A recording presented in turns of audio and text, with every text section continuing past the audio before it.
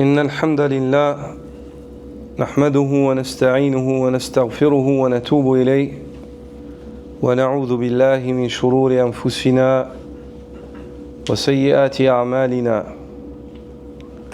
من يهده الله فلا مضل له ومن يضلل فلا هادي له وأشهد أن لا إله إلا الله وحده لا شريك له وأشهد أن محمدًا عبده ورسوله صلى الله عليه وآله وصحبه وسلم تسليما كثيرا أما بعد.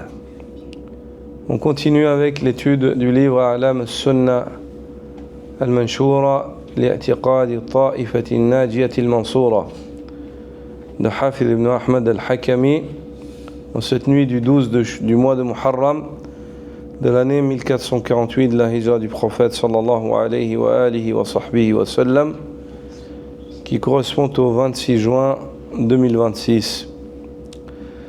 J'aimerais, avant d'entreprendre l'étude de la question 50 sur laquelle nous sommes arrêtés, dont nous n'avons pas entamé l'étude, réviser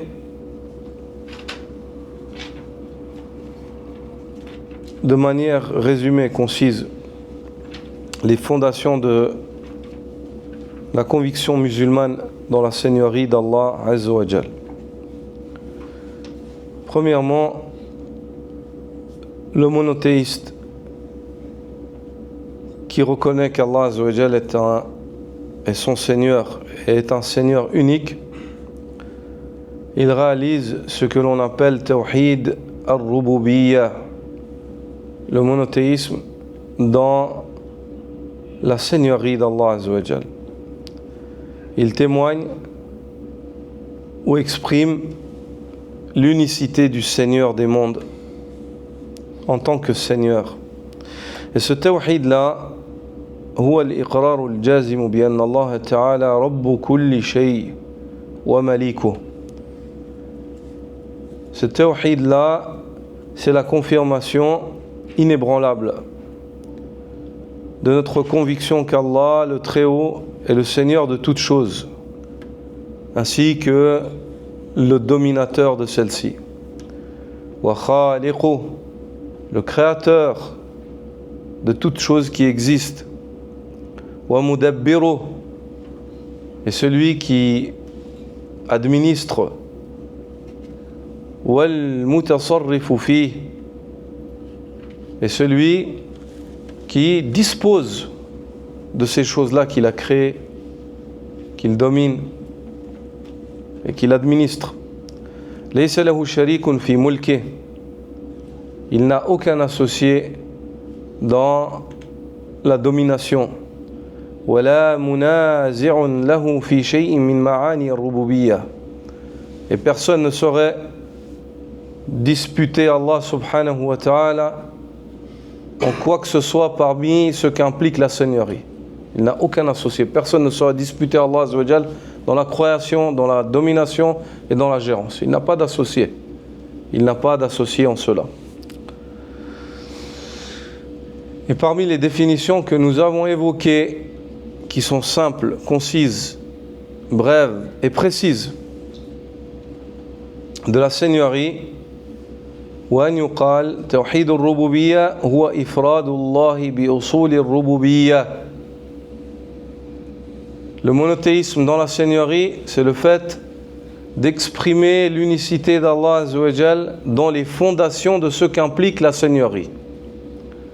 Et les fondations de ce qu'implique la seigneurie sont au nombre de combien?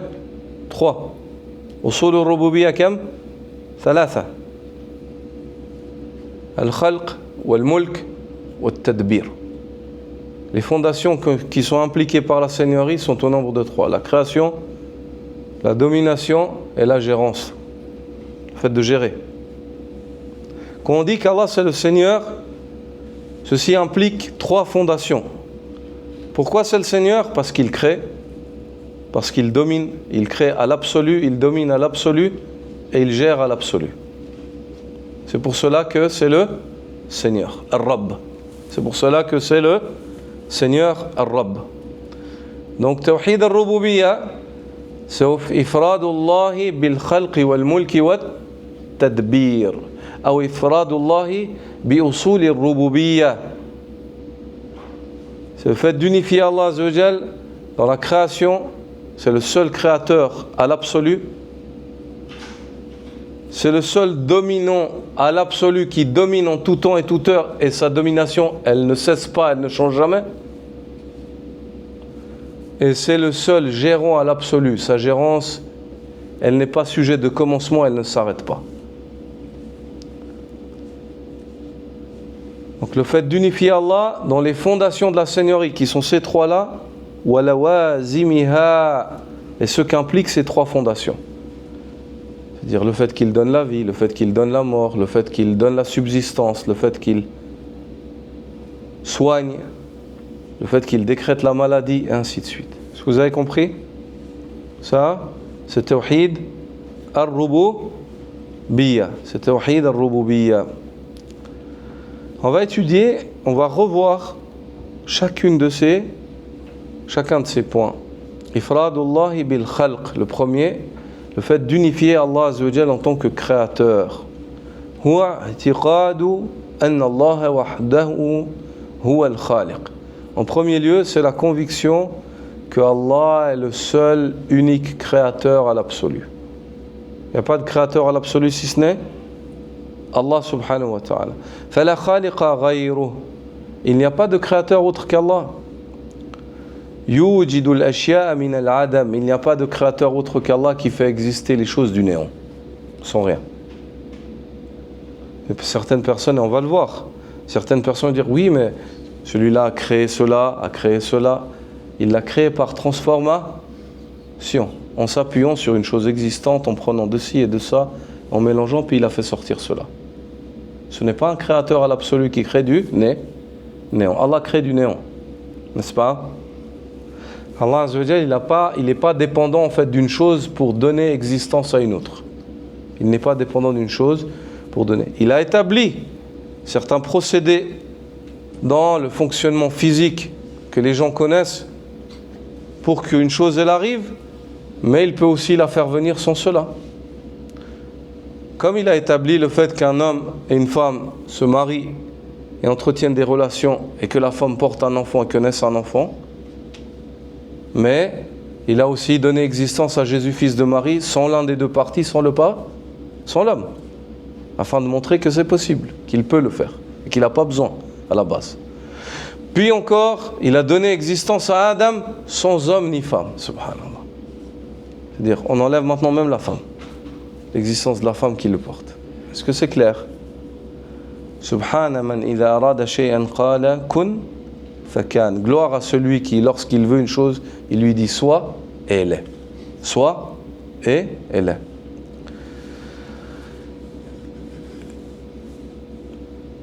ولا يشاركه أحد في ذلك. Et aucun n'est égal ou associé à Allah en cela. Il n'y a personne, c'est pas possible qu'une personne crée du néant. Ça n'existe pas.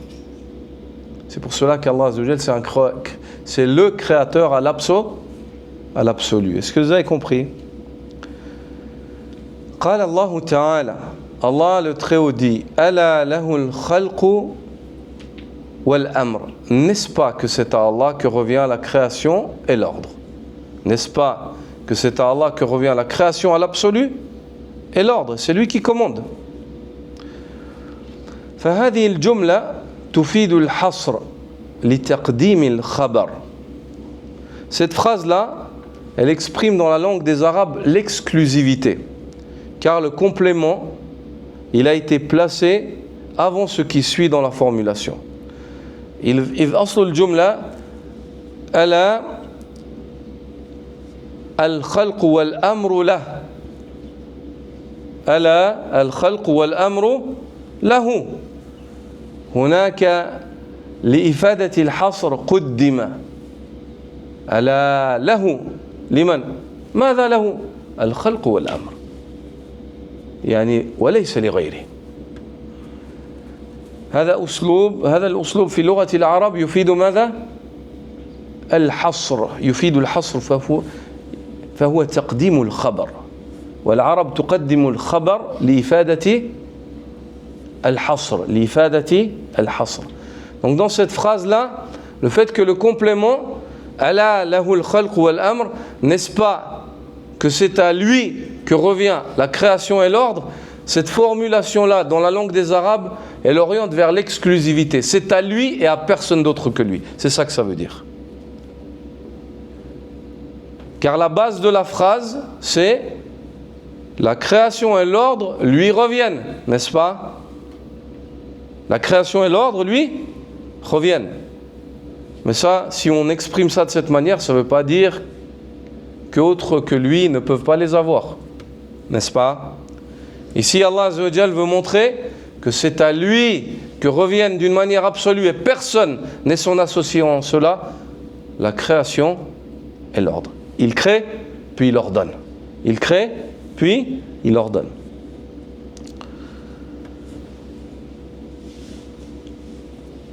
إذ إن تقديم ما حقه التأخير يفيد الحصر في لغة العرب. Ceci comme on vient de l'expliquer. Ceci car le fait de faire prévaloir une chose qui dans l'expression normale, basique, elle vient plus tard, et le fait de la faire passer avant, les Arabes ils faisaient cela pourquoi? Pour montrer l'exclusivité.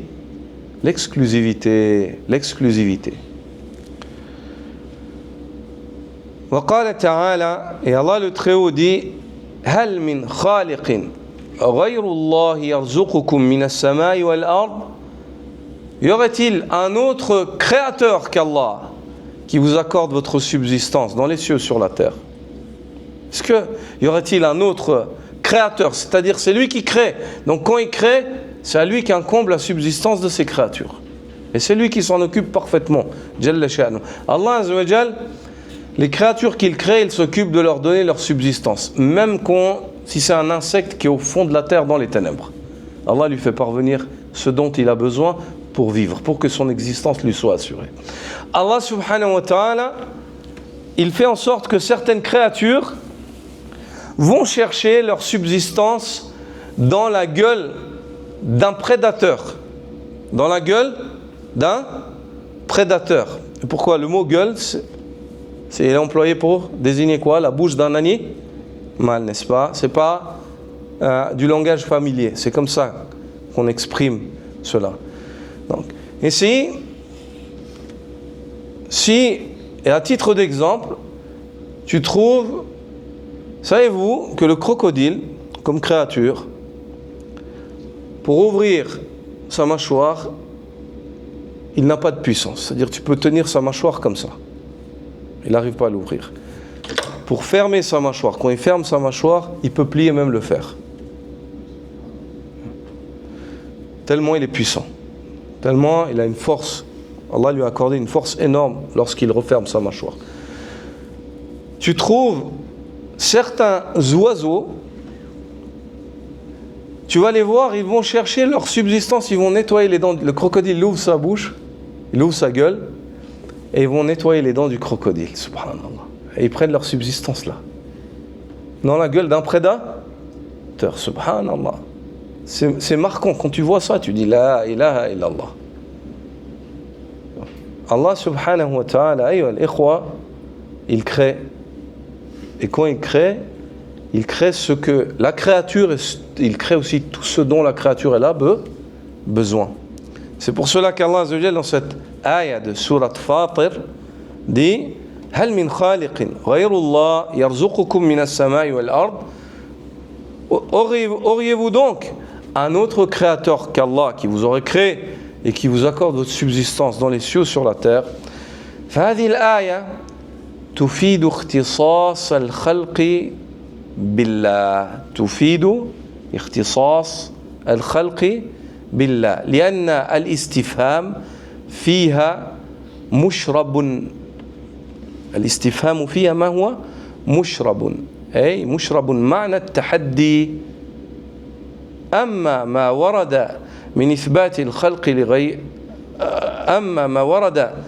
من إثبات الخلق لغير الله كقوله تعالى فتبارك الله أحسن الخالقين. أو قول النبي صلى الله عليه وسلم في المصورين إن الذين يصنعون هذه الصور يعذبون يوم القيامة يقال لهم أحيوا ما خلقتم. هذا الذكر أن هناك من يعبر عنه أنه يخلق غير الله عز وجل، فهذا ليس خلقا على الحقيقة وليس إيجادا بعد عدم، بل هو تحويل لشيء إلى حال من حال إلى حال، هو تحويل لشيء من حال إلى حال، وهو أيضا غير شامل، بل هو محصور، بل هو ماذا؟ محصور بما يتمكن الإنسان منه في دائرة ضيقة، فلا ينافي قولنا إفراد الله بالخلق، هذا لا ينافي قولنا إفراد الله بالخلق، فهو محول، وهذا المحول قدرته على التحويل محصورة ليست مطلقة. نعم، وقدرته على التحويل الذي قد نسميه خلقا، نعم، هل من خالق غير قد نسمي خلقا كما جاء في الحديث أحيوا ما خلقتم يعني جعلتم هذه الأشياء يعني صنعتموها يعني أحيوها الآن. هذا الخلق يعني محصور، يعني مقيد، يعني في قدرة على الصناعة أو جمع شيء يعني يحصل، ولكن ليس مطلقا وله بداية وله نهاية. أما الله عز وجل قدرته على الخلق ليست له بداية وليست له نهاية. الله عز وجل يخلق، فهو خالق، كان ولا يزال خالقا جل شأنه، ويخلق دون أن يستند إلى شيء، يخلق من العدم لا يحول، يخلق من العدم لا يحول. Et dans cette ayah, أيها الإخوة, la parole d'Allah Azza wa Jal, هل من خالق غير الله يرزقكم من السماء والأرض, y aurait-il un autre créateur qu'Allah Azza wa Jal qui vous accorderait votre subsistance dans les cieux et la terre? Ce verset démontre que la création est exclusivement le fait d'Allah. La création, c'est exclusivement le fait d'Allah. Ça n'appartient pas à autre qu'Allah Azza wa Jal. D'accord? Car l'interrogation qui figure, cette forme interrogative dans la langue des Arabes, elle revêt du sens du défi. Elle revêt, c'est pour mettre à défi. Y aurait-il un autre créateur? C'est comme dire, ah bon? Y aurait-il un autre créateur qui vous crée et qui vous accorde votre subsistance dans les cieux sur la terre? Je vous mets un défi, amenez-moi. Qui est celui-là? يعني لا وجود له. هل من خالق غير الله؟ أي لا وجود له. يعني لا يوجد. Cette forme-là, معناها التحدي. أتحداكم ائتوني به. من هو? Je vous mets à l'épreuve. Qui est celui-là qui crée autre qu'Allah et puis ensuite vous accorde votre subsistance? Qui est celui-là?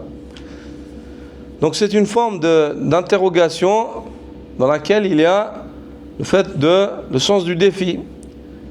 Dire personne d'autre qu'Allah ne peut prétendre, personne ne peut prétendre à cela.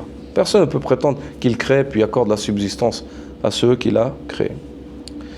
Quant à notre expression, ou ce qui est venu dans certains textes, le fait de confirmer le mot ou cet acte qui est le fait de créer à autre qu'Allah, comme dans la parole d'Allah Azza wa Jal, Fatabarakallah ahsanul khaliqin, débordant de bénédictions, et Allah le meilleur des créateurs.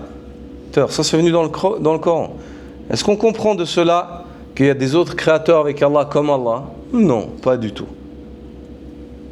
Ou bien la parole du prophète sallallahu alayhi wa sallam dans le hadith al-muttafaq alayh, le hadith d'Ibn Omar, lorsque le prophète sallallahu alayhi wa sallam informe au sujet de ceux qui donnent des formes de créatures qui auraient de la vie, il les façonne, que ce soit en statue ou en peinture. D'où certains ulama voient aussi l'appareil photo qui rentre là-dedans, Musawwir. Même si sur l'appareil photo c'est un sujet de divergence chez les savants contemporains, car à l'époque du prophète sallallahu alayhi wa sallam ça n'existait pas. Mais quant à la peinture, les fresques, le fait de peindre l'image de quelqu'un, ou le fait de façonner avec du bois, ou de graver la forme d'une créature qui est vivante, absolument, ça rentre dans la menace du hadith et ça fait partie des grands péchés. Le prophète sallallahu alayhi wa sallam dit: Inna alladhina yasna'una hadhihi suwar, ceux qui donnent ces formes de créatures, yu'adhabuna yawm al-qiyamah, ils seront châtiés le jour de la résurrection. Subhanallah. Les peintres qui peignent des créatures qui ont de la vie, ils seront châtiés yawm al-qiyamah. Pourquoi? Yuqalu lahum, il leur sera dit: Ahyu ma khalaqtum, donnez la vie à ce que vous avez créé. Ça veut dire vous avez créé, vous êtes associé à Allah dans une chose qui est le fait de donner la forme, de façonner. Pourquoi est-ce que tu lui as pas donné la vie? Donne-lui la vie. Ahyu ma khalaqtum. Donnez la vie à ce que vous avez créé. Donnez la vie à ce que vous avez créé. Subhanallah. Ici dans ce hadith, ce qui a été évoqué, c'est le khalq. Khalaqtum. Vous avez créé. Et dans le verset précédent, c'est le khalq aussi qui a été évoqué. Tabarakallah, ahsanul khaliqin. Gloire à Allah, le meilleur des créateurs. Mais cette création qui est évoquée dans ce verset-là et dans ce hadith-là, ce n'est pas une création réellement, ce n'est pas une création à l'absolu. C'est pour cela que lorsque j'évoque cela, je dis un créateur à l'absolu. Il n'y a pas de créateur à l'absolu si ce n'est Allah. Donc ce n'est pas une réelle création, car ces gens-là qui ont créé ici, façonné, en fait, ils ont fait passer une chose créée d'un état à un autre. Le bois, ils l'ont sculpté, il est passé de l'état du bois normal à l'état d'une forme qui ressemble à une créature que l'on connaît. Un être humain, ou le visage d'une chose, ou un animal, ou X ou Y. Pareil pour la pierre, ceux qui façonnent la pierre. Pareil ceux qui peignent. C'est un tableau blanc, puis tout d'un coup on voit sur cette fresque une créature. N'est-ce pas? C'est pour cela donc. C'est ça qui leur a valu d'être évoqué par ce mot-là qui est le fait de créer. Ils ont créé, ça ne veut pas dire qu'ils créent, qu'Allah a un associé dans la création, dans ces textes-là. Ça veut dire qu'ils ont transformé. Ils ont transformé. Donc ceci ne contredit en rien, ce verset-là ou ce hadith ne contredit en rien cette fondation dans laquelle nous confirmons qu'il est primordial que le musulman témoigne qu'Allah est le créateur unique et absolu. Pourquoi? Parce qu'Allah crée du néant, parce que sa capacité de créateur, elle n'a pas eu de commencement, elle ne s'arrête jamais. Et parce qu'Allah subhanahu wa ta'ala a pleine capacité. Quand il veut créer, il crée. Tandis que le transformateur, il n'a pas pleine capacité. Il est contraint et restreint. Contraint et restreint. La deuxième, c'est ifradullahi bil mulk. Le fait d'unifier Allah azza wa jal dans la domination. Huwa i'tiqadu anna Allah wahdahu huwa al-malik al-haqiqi li kulli shay. C'est notre conviction par laquelle nous témoignons qu'Allah subhanahu wa ta'ala est le dominateur absolu unique. Nul ne domine à l'absolu si ce n'est Allah subhanahu wa ta'ala. Une fois de plus, la domination d'autre qu'Allah, elle connaît un commencement. Personne n'est dominateur, n'est-ce pas? Même les souverains qui étaient à la tête d'empires que l'histoire a connu, en fait, quand ils sont nés, ils n'étaient pas dominateurs. Ils étaient faibles, créatures dans le berceau, n'est-ce pas? C'est par la suite qu'ils le sont devenus. Alaysa kadhalik? Bala. Il en est ainsi. Donc leur domination, elle connaît un commencement. Et combien d'entre eux, leur domination a connu une cessation de leur vivant, alors que hier, ils étaient dominants, ils sont devenus dominés par leurs semblables parmi les fils d'Adam. Donc ça, c'est sujette, cette domination, elle a connu un commencement, elle est sujette à la cessation. Et leur domination, pourquoi elle a connu un commencement, elle est sujette à la cessation? Car elle est contrainte et restreinte. Contrainte et restreinte. Tandis que la domination d'Allah azza wa jal, elle n'a pas connu de commencement elle n'est jamais sujette à la cessation. Elle n'est ni contrainte ni restreinte. Elle est absolue. Elle est absolue. وأن ملك غيره محدود مقيد. Et notre conviction qu'Allah Azza wa Jalla est le dominateur absolu, personne n'est associé à lui en cela, et que la domination d'autres qu'Allah, c'est une domination qui est restreinte et contrainte. Elle est restreinte et contrainte. Elle est restreinte et contrainte par quoi, la domination d'autres qu'Allah? Par deux choses. Premièrement, par la législation d'Allah Azza wa Jalla. Si une personne est pieuse, il ne peut pas, même s'il a la capacité, il ne peut pas dominer toute chose, car Allah lui a mis des limites, n'est-ce pas?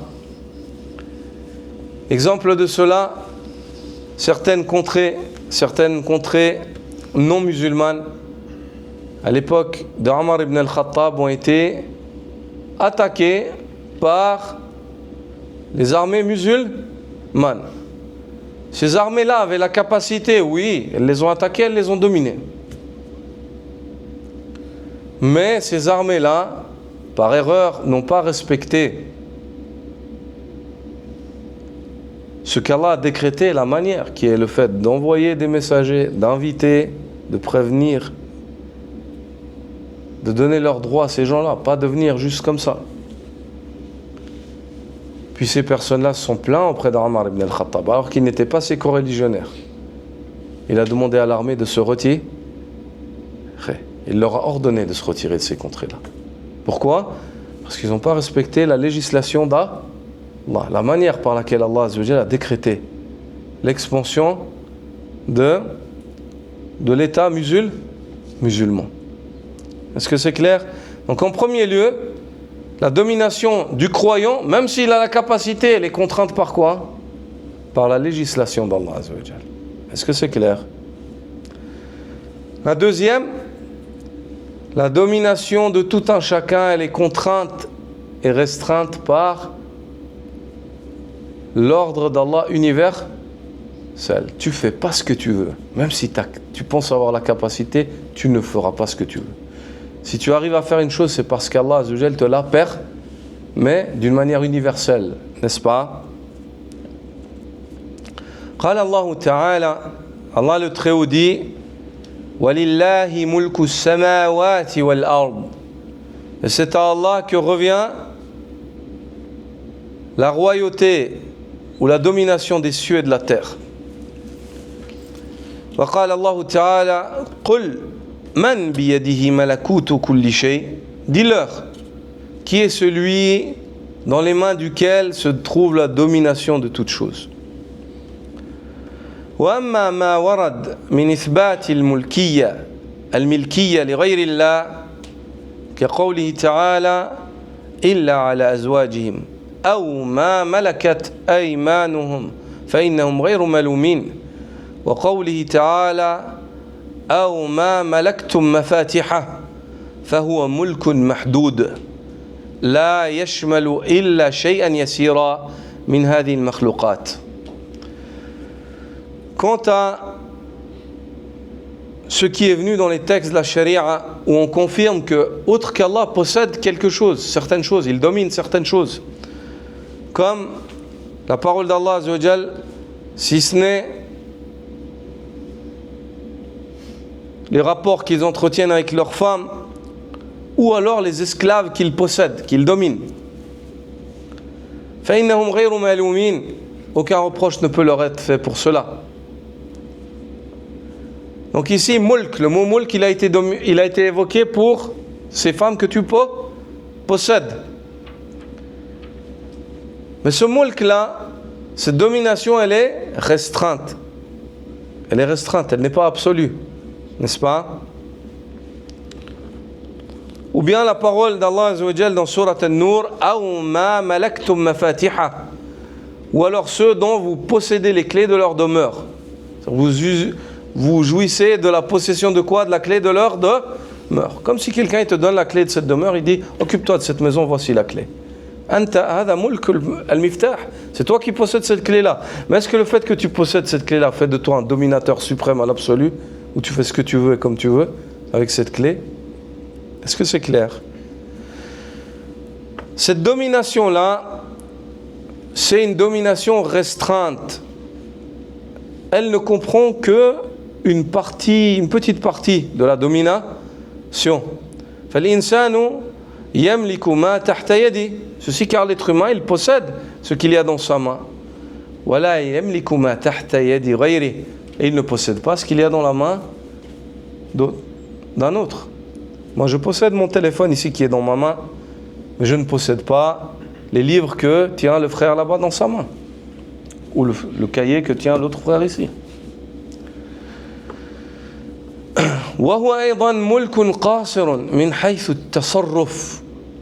Et cette possession-là, elle est aussi contrainte à ma capacité de jouir. Même ce que je possède, en fait, je ne jouis pas de la pleine capacité absolue de jouir de cela.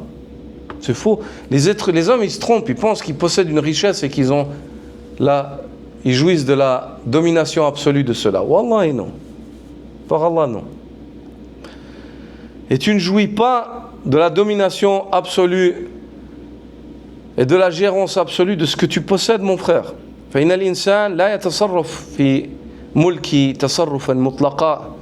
L'homme ne jouit pas de la capacité d'user de ce qu'il possède d'une manière absolue.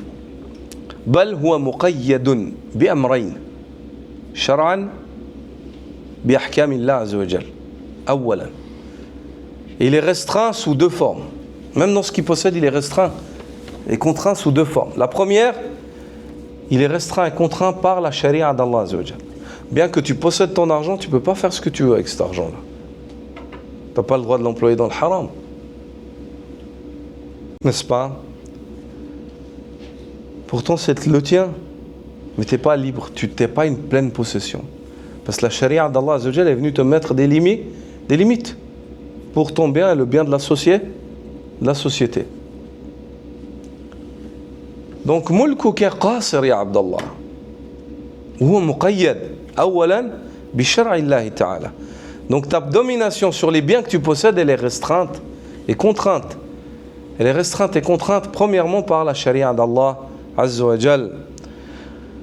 فلو أراد الإنسان أن يحرق ماله أو يعذب حيوانه قلنا لا يجوز أن تفعل ذلك. Si par exemple on voit un homme qui se lève et il veut commencer à brûler ses biens, c'est mon argent, je veux le brûler, on lui dit c'est pas permis, qu'est-ce que tu fais? C'est interdit auprès d'Allah. Tu es fou? Ou bien alors il possède un animal et il commence à le taper, il veut tuer son cheval ou son animal. Il dira c'est interdit ce que tu fais. Ou son chat. Pourtant c'est à lui, il va dire c'est le mien, je fais ce que je veux. Non, tu fais pas ce que tu veux. Allah n'a pas permis cela. Et s'il y a un état, les autorités viennent et s'emparent et ne lui permettent pas de faire cela. Donc on voit que la possession de cette chose qu'il possède, en premier lieu, elle n'est pas absolue. Elle est restreinte et contrainte. Premièrement par la sharia d'Allah, par la législation d'Allah subhanahu wa ta'ala. Puis ensuite, هو مقيد كونا بمشيئة الله تبارك وتعالى وقدرته. Puis il est restreint d'une manière universelle. Dans ces biens-là, il est restreint d'une manière universelle. Ces biens, la domination qu'il a sur les biens qu'il possède, elle est restreinte par la volonté d'Allah Azza wa Jal et sa capacité. C'est Allah Azza wa Jal. Si Allah veut, il peut faire. Si Allah ne veut pas, il ne pourra pas faire. Il a l'argent, il veut aller commettre du haram avec cet argent, il se peut qu'Allah Azza wa Jal ne lui permette pas. Qu'il lui arrive un accident, il n'arrive pas, ou il meurt et puis il n'arrive pas à faire. Donc il ne domine pas pleinement ce qu'il possède en réalité. Ou bien il se peut il va avec son argent pour acheter une chose, puis il se fait voler cet argent-là, il ne le possède plus. C'est-à-dire il est restreint et contraint par quoi? Par le décret d'Allah Azza wa Jal, universel. Subhanallah, l'être humain quand il voit les choses de cette manière-là, il voit qu'il est petit. Il voit qu'il a besoin de qui? Du Seigneur. Al-Khaliq, Al-Malik, celui qui crée et domine à l'absolu. Il est rapporté qu'un des hommes allait au marché. Et puis, en allant au marché, un autre le rencontre et lui dit où est-ce que tu t'en vas comme ça? Il a dit je vais au marché pour acheter une bête, une monture. Puis il lui a dit Inch'Allah, je vais acheter une monture. Il a dit Inch'Allah ya Abdallah. Il a dit si Allah le veut. Il a dit pourquoi est-ce que je dirais ça? L'argent il est là, le marché il est là-bas. Et je me dirige pour y aller. Il a dit mais dis Inch'Allah parce que tu domines pas, tu possèdes rien, tu te possèdes même pas toi-même, subhanallah. Qul Inch'Allah ya Abdallah, dis Inch'Allah. Il a dit laisse-moi, il est parti. Il est arrivé au marché, il s'est fait voler sa bourse. Allah Azza wa Jal l'a humilié. Il s'est fait voler les biens qu'il possédait. Allah a décrété qu'il se fasse voler les biens qu'il possède. Le même compagnon, sur le retour, le voit et il n'a pas de bête avec lui, il revient. Il lui dit, tu n'as pas acheté la bête? Qu'est-ce qui s'est passé? Il a dit, je me suis fait voler, Inch'Allah. Je me suis fait voler, Inch'Allah. Suriqa minni al-mal, Inch'Allah. Subhanallah, ce récit-là, il nous montre clairement ce principe dont on est en train d'évoquer, c'est que l'insan, أكيد لا يملك ما لا يملك ولكن حتى فيما لا يملك فيما يملك هو ليس ملكا تاما بل هو ملك قاصر مقيد. On comprend par cela que l'homme, clairement, il ne possède pas ce qui n'est pas dans sa main. Mais même ce qui est dans sa main, il ne le possède pas pleinement, subhanallah. Même ce qui est dans sa main, il ne le possède pas pleinement. Il ne jouit pas d'une possession absolue de cela. Tandis que la possession d'Allah Azza wa Jal et la domination d'Allah, elle est absolue, ya Abdallah. Mulkullah tammun kamil. La ya'rifu bidayatan wa la nihayata lah. La possession d'Allah ne connaît pas de début, il ne connaît pas de fin.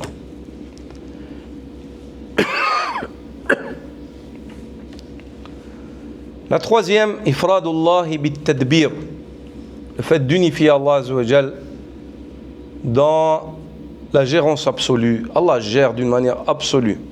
وهو اعتقاد أن الله وحده هو المدبر لشؤون الخلق كلها.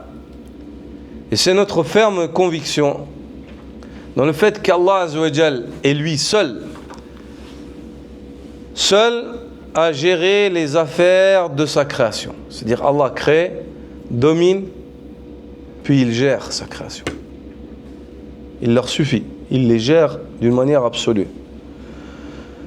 يصرف الأمور. Il administre les affaires. ويجري الأقدار. Il fait couler les destinées. ولا مدبر غيره على الحقيقة.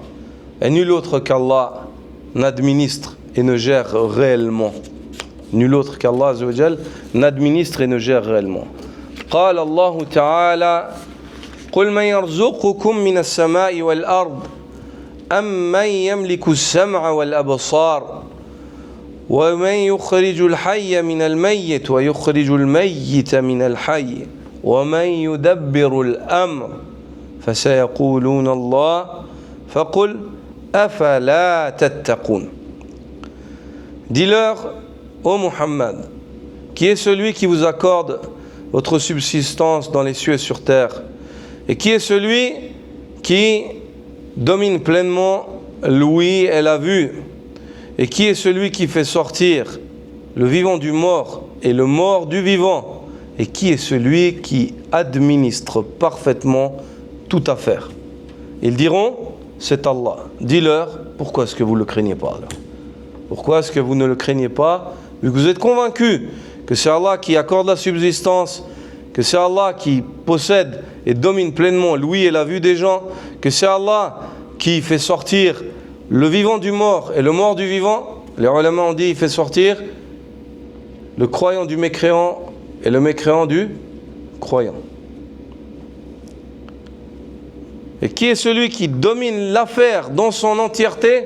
C'est Allah. Pourquoi est-ce que vous ne le craignez pas en lui obéissant, en faisant ce qu'il vous demande et en délaissant ce qu'il vous interdit?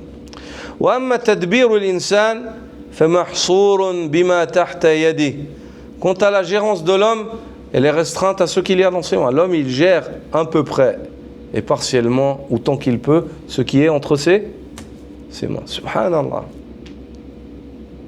Et souvent, il faillit, car il est faible, car il est sujet à la faiblesse. فمحصور هذا التدبير بما تحت يده ومحصور بما أذن له فيه الشرع وبما أذن الله له فيه كونا. L'être humain, sa gérance, elle n'est pas absolue. Premièrement, elle se restreint en premier lieu à ce qu'il possède. Puis même dans ce qu'il possède, sa gérance, elle est restreinte à ce qui lui est permis dans la législation. Il ne peut pas dépasser les limites. S'il est croyant, il craint Allah. Puis aussi, elle est restreinte à quoi? À ce qu'Allah lui permet d'une manière universelle, à sa capacité. Donc on voit, subhanallah, nous on est témoins. Nous qui sommes, certains d'entre nous, chefs de famille. On essaye de gérer les affaires de la famille. On voit qu'il y a tellement de choses qui nous échappent, tellement de choses qu'on rate, tellement d'erreurs qu'on fait. Tu vois que tu gères rien en fait, subhanallah. La hawla wa la quwwata illa billah. Tu tajtahid, tu essayes de donner le meilleur de toi, tu tombes, tu te lèves. Subhanallah, walakin hasbunallah. Al-amru biyadillahi awwalan wa akhira. Allah Azza wa Jal, l'affaire elle est dans les mains d'Allah Azza wa Jal. Nous on essaye d'agripper, on essaye de... L'être humain, pourquoi il fait ces choses-là? C'est ça le problème auquel on fait face des fois. Et le premier, wallah, c'est moi. Là, maintenant, pourquoi je vous évoque ça? Pas par sagesse et savoir, par constat sur ma faible personne. L'erreur qu'on fait, c'est qu'on pense, des fois, on se comporte comme si on pensait qu'on peut gérer à l'absolu. Et ça, c'est une forme d'orgueil ou une forme d'ignorance. Quant à toi, tu te dois de t'acquitter de ton devoir, de ton engagement, de donner ton maximum en toute sincérité. Si tu n'arrives pas, ou tu arrives, خلي الأمر على الله عز وجل المدبر المطلق. Laisse l'affaire entre les mains d'Allah, celui qui gère d'une manière absolue. Ta gérance, elle n'est pas absolue, Abdallah. Tu n'es pas un seigneur, toi. Mais avec ça, je ne veux pas dire qu'il faut être négligent et se laisser aller, pas du tout. Toi, ce que tu fais, l'effort que tu fais pour gérer une affaire dont on t'a confié le dépôt, la famille c'est un dépôt auprès d'Allah. Ou bien on te confie la gérance d'un poste dans une entreprise, c'est un dépôt. Tu vas être questionné, combien tu as été honnête, combien tu t'es acquitté, est-ce que tu as été sincère? Ou bien, moi je pose mon dossier en tant que fiduciaire chez toi, c'est un dépôt. Ou bien je viens en tant que médecin te voir, c'est un dépôt. Mais est-ce que ça veut dire que moi maintenant je dois... Toi tu es un homme faible, tu vas essayer de faire ton maximum. C'est ça ton devoir auprès d'Allah, de donner ton maximum, d'être sincère, honnête, de donner ton maximum, de ne pas t'avancer quand tu sais pas. Et ainsi de suite. Puis après ça, si tu fais cela, laisse à Allah. C'est lui le gérant à l'absolu. C'est Allah, c'est pas toi, ni moi. C'est Allah subhanahu wa ta'ala. Le problème, dans la société dans laquelle on vit, les sociétés occidentales, on a deux fossés. Ayant vécu ailleurs aussi, j'ai constaté deux choses. L'une d'entre elles, c'est l'excès, l'exagération des sociétés occidentales où elles pensent qu'elles peuvent tout dominer et qu'elles peuvent tout gérer. Et cet excès-là les pousse à un complexe où ils arrivent à un stade de cet état-là qui est très répandu, qu'ils appellent le burn-out. Parce qu'ils se surchargent, ils se surchargent au point où ils se surchargent comme si c'était des gérants à l'absolu, qu'ils arrivent tout gérer. Non, tu peux pas. Ta gérance, elle n'est pas absolue. Elle n'est pas absolue, elle est restreinte par la législation et par le caractère universel. Tu peux pas. forcément il y a des choses qui ne vont pas aller comme tu voudras. Mais toi, tu dois essayer de faire ton maximum pour essayer de maintenir le bateau stable. Et puis, accepter que des fois, il y a des tempêtes, des fois, ça chavire un peu. Faire avec. Et l'autre extrême, c'est l'extrême de la négligence. Khalli ala Allah, mashi al-hal. Laisse à Allah, ça va aller. Inch'Allah, Inch'Allah. On part pour faire une chose, aucune organisation, rien, zéro. On calcule rien, laisse, ça va aller. Ça, c'est l'autre extrême. La sunna, elle est ni là, ni là. La sunna, c'est le juste milieu. C'est quoi le juste milieu? Aqilha wa tawakkal ala Allah. Attache-la, puis place ta confiance en Allah. Fais ton travail. L'homme, il a dit au prophète sallallahu alayhi wa sallam, est-ce que j'attache le chameau? Est-ce que je place ma confiance en Allah? Je le laisse comme ça.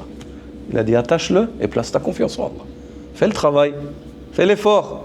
Puis ensuite, s'il arrive quelque chose après ça, alhamdoulilah, tu ne vas pas devenir fou. Aussi dans le hadith du prophète sallallahu alayhi wa sallam, lorsque le messager d'Allah sallallahu alayhi wa sallam dit ihris ala ma yanfa'uk wasta'in billah, accroche-toi à ce qui t'est utile, essaye de prendre les causes et puis place ta confiance en Allah. Fa in asabaka shay, si après ça une chose survient, faqul qadarullahi wa ma sha'a fa'al, dis ça c'est le décret d'Allah, il a fait ce qu'il a voulu. C'est le décret d'Allah, il a fait ce que moi j'ai pris les coups, j'ai fait mon maximum. Si après ça arrive, qadarullah wa ma sha'a fa'al. C'est pas moi qui suis le gérant, al-mudabbir, al-mutlaq ou Allah, c'est Allah azza wa jalla, c'est pas moi. N'est-ce pas? C'est important, ayyuha al-ikhwa, de méditer sur notre état, de méditer sur ce qu'on voit, puis ensuite de voir ce que dit Allah azza wa jalla et son prophète sallallahu alayhi wa sallam, sa religion, afin d'essayer de se corriger, nous, en premier lieu, et de se situer.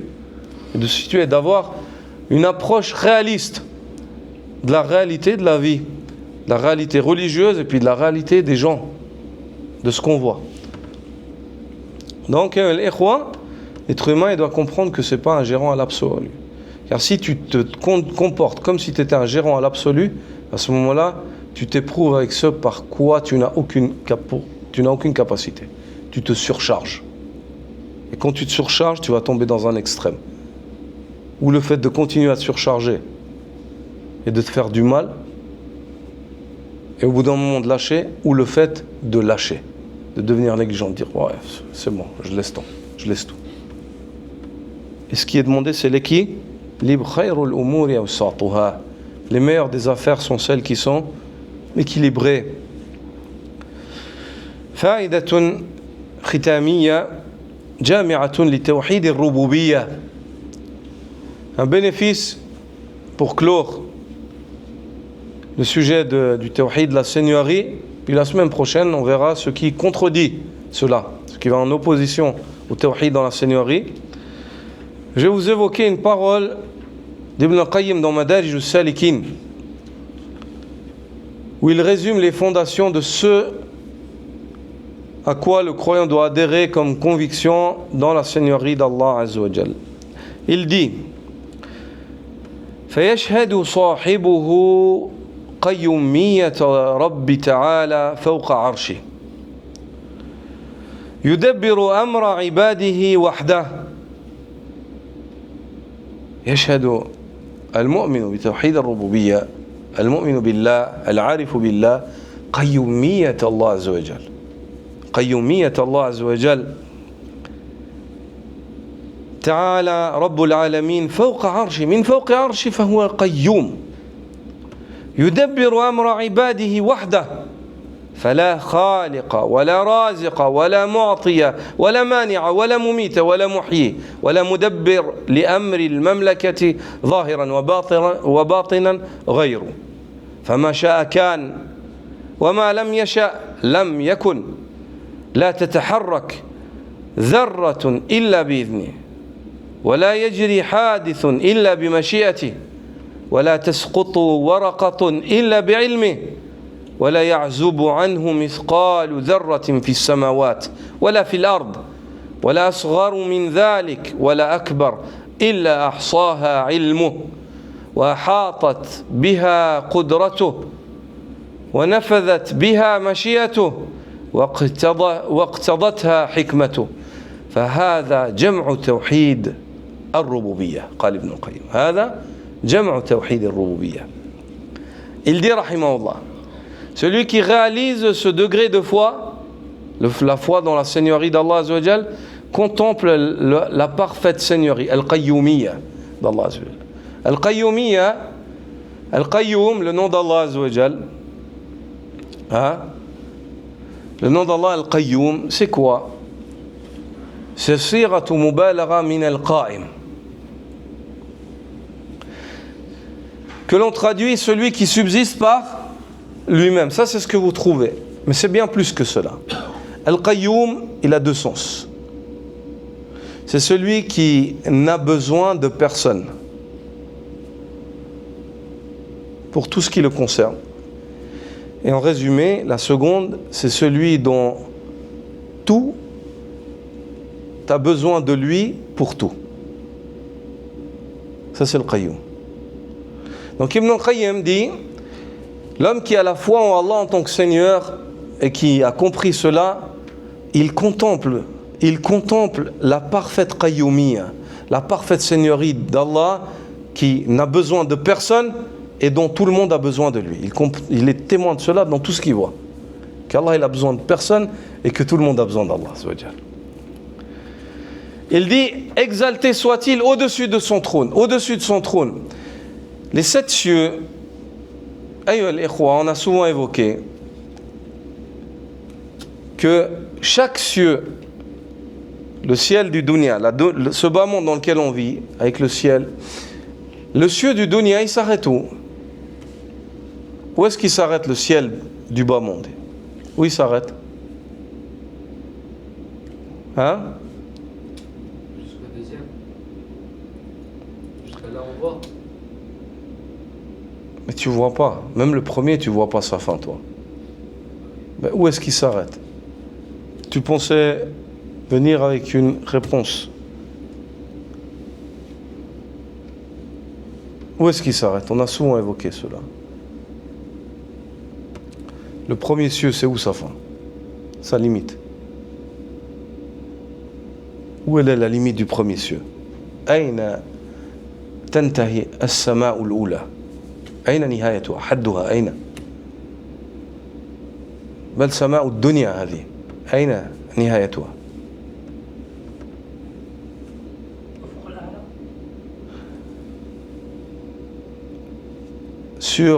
Elle s'arrête là où s'arrête le dernier désastre.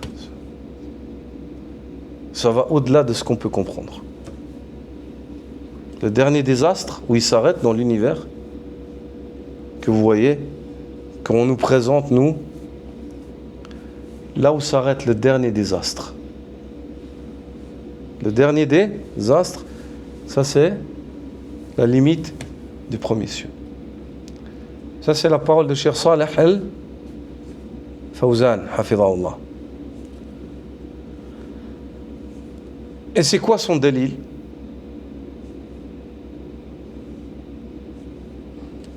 Son dalil c'est quoi? C'est que quand les shayatines ils s'approchent de ce cieux-là, c'est les nujum. Les anges ils les jettent avec des astres, avec des étoiles filantes qu'on appelle nous. Ça c'est la limite, le had.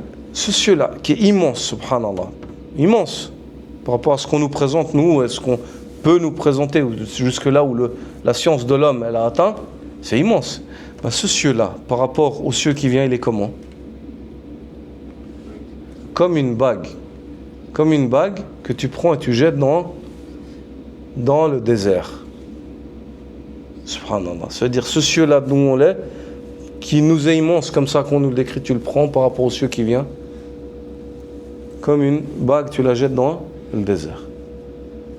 Puis ensuite, le deuxième, par rapport, qui était immense comme un désert, maintenant il devient lui comme une bague par rapport à un désert.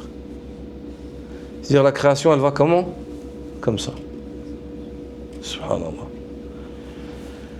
Cette création immense, Ibn al-Qayyim, donc il y a 7 cieux superposés. Ensuite, il y a Al-Ma.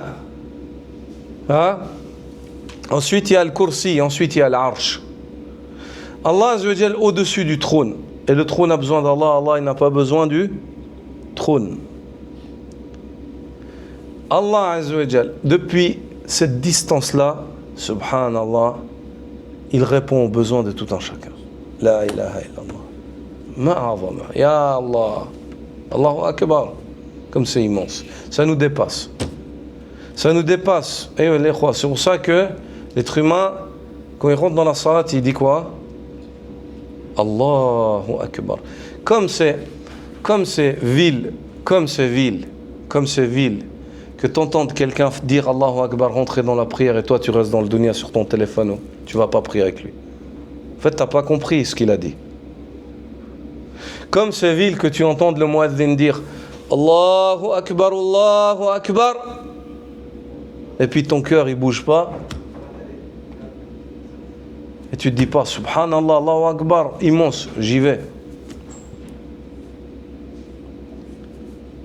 Allah subhanahu wa ta'ala dit Ibn al-Qayyim, quand l'homme il arrive et il connaît Allah Azza wa Jalla, la seigneurie d'Allah, il contemple la parfaite qayyumiyya d'Allah subhanahu wa ta'ala, qu'Allah n'a besoin de personne et que tout le monde a besoin de lui. Il se charge de tout le monde depuis où? Depuis au-dessus de 7 cieux, qui chaque cieux qui est plus bas, il est comme une bague jetée dans le désert par rapport au suivant.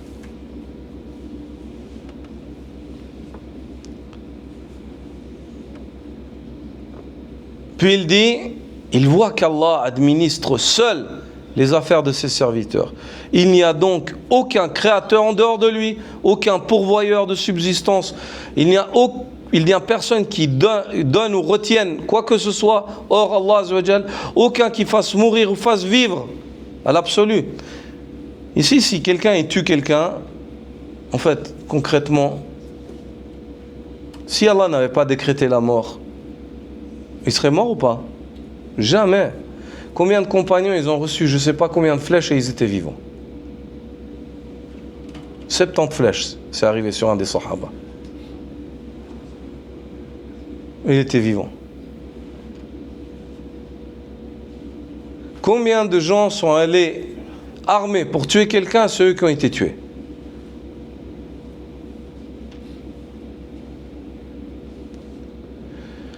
Donc celui qui donne la vie et la mort à l'absolu, c'est qui? Allah subhanahu wa ta'ala. Pour ça qu'il a été rapporté que le fils de Cheikh Mohammed ibn Abdel Wahhab, lorsque Mohammed Ali Basha a tué son fils, il l'a mis devant le canon. Il a tiré les canons. On trouve les morceaux, ils ont éclaté dans tous les sens. Il a dit Ya Ajouz, qatalna waladak. Au vieillard, on a tué ton enfant. Qui est un homme déjà, c'était un savant parmi les ulama. Il a dit Lam taqtul faqad mat. Il a dit si tu ne l'avais pas tué, il serait de toute façon mort. C'est pas toi qui choisis, c'est Allah Azza wa Jal. Ça, c'est la réponse d'un homme qui a compris ce qu'Ibn al-Qayyim nous dit, la qayyumiyya d'Allah Azza wa Jal, la rububiyya d'Allah. Il est convaincu, il sait que c'est Allah qui administre, il sait que c'est Allah qui décide. C'est pas toi qui décide, subhanallah. Et c'est cette conviction-là, cet état de foi, il complexe le bourreau. Le bourreau, il est complexé, il est impuissant face au iman. Puis il dit, il n'y a donc personne qui fasse mourir ou vivre à l'absolu. Et il n'y a personne qui administre les affaires du royaume, aussi bien dans ce qui est apparent que ce qui est caché. Ce qu'il veut, Allah Azza wa Jal est, et ce qu'il ne veut pas ne saurait être. Pas une particule ne se met en mouvement sans sa permission. Aucun événement ne se produit sans sa volonté. Qu'Allah Azza wa Jal nous rectifie. Wallah, j'implore Allah pour qu'il inscrive dans nos cœurs ces convictions. Combien je suis témoin de mon manquement en lisant cela, lorsque des fois surviennent des choses que je n'aime pas ou qui me sont hostiles. En fait, une fois que c'est survenu, c'est que c'est Allah qui avait décidé. C'est Allah Azza wa Jal qui a décidé, c'est survenu, c'est fini. Subhanallah. Wallah, moi en lisant cela, je vois mes manquements en cela. Qu'Allah, j'implore Allah de me rectifier et rectifier mes frères et sœurs en cela. Ya Rabbal Alamin. Ce qu'il veut est, ce qu'il ne veut pas ne saurait être. Pas une particule ne se met en mouvement sans sa permission. Aucun événement ne se produit sans sa volonté. Aucune feuille ne tombe sans qu'il ne le sache. Rien ne lui échappe, fût-ce le poids d'un atome, dans les cieux ou sur la terre, ni même quelque chose de plus petit ou plus grand. Sa science embrasse toutes choses, sa puissance les cerne de toutes parts, sa volonté s'y exécute et sa sagesse les gouverne. Voilà ce qui résume le tawhid d'Ibn al-Qayyim dans la Seigneurie. Ça veut dire que si on n'arrive pas à ces convictions et qu'on ne réagit pas conformément à cela, il faut qu'on révise quoi? Tawhid al-Rububiyyah. C'est pour ça que nous on a fait ces cours et puis ces choses-là, je pense certaines personnes nous écoutent et disaient mais c'est bon, pourquoi est-ce qu'ils nous répètent cela? Nous on est convaincus que c'est Allah le Seigneur, on a compris ça, on le sait. Wallah, t'es convaincu qu'Allah c'est le Seigneur? Ben moi le premier, moi je vois ici en lisant cela, en préparant le cours, je l'ai vu, et en vous le répétant maintenant je le vois et je prends Allah témoin combien je suis manquant, et je vois que j'ai des manquements dans Tawhid al-Rububiyyah. J'ai des manquements dans mon unicité, dans le fait d'unifier Allah Azzawajal en tant que Seigneur. Parce que quand il arrive une chose, qu'elle survient, et que je ne trouve pas la paix à l'intérieur de moi, après qu'elle soit survenue, c'est-à-dire moi je peux ne pas aimer ce qui s'est passé, ce que tu as fait, tu vois, je peux ne pas l'aimer. Comme cet homme-là, on a tué son enfant, il a dit « Lam taqtul » penses-tu qu'il était content que son enfant il soit tué? Non, mais c'est survenu. C'est qui a décidé? C'est le Seigneur. C'est pas ce shaitan qui l'a tué en réalité, qui a pris une cause qui l'éloigne d'Allah Azzawajal, par laquelle il t'a nuit. Mais wallah, si Allah n'avait pas décidé, il n'aurait pas réussi. C'est pour ça que lam taqtul faqad mat. Si tu ne l'avais pas tué, il serait quand même mort. Et ça c'est la parole d'un homme qui a compris que Allah c'est son Seigneur. Que Allah c'est son Seigneur. Subhanaka wa bihamdik. Ashhadu an la ilaha illa ant. Astaghfiruka wa atubu ilayk.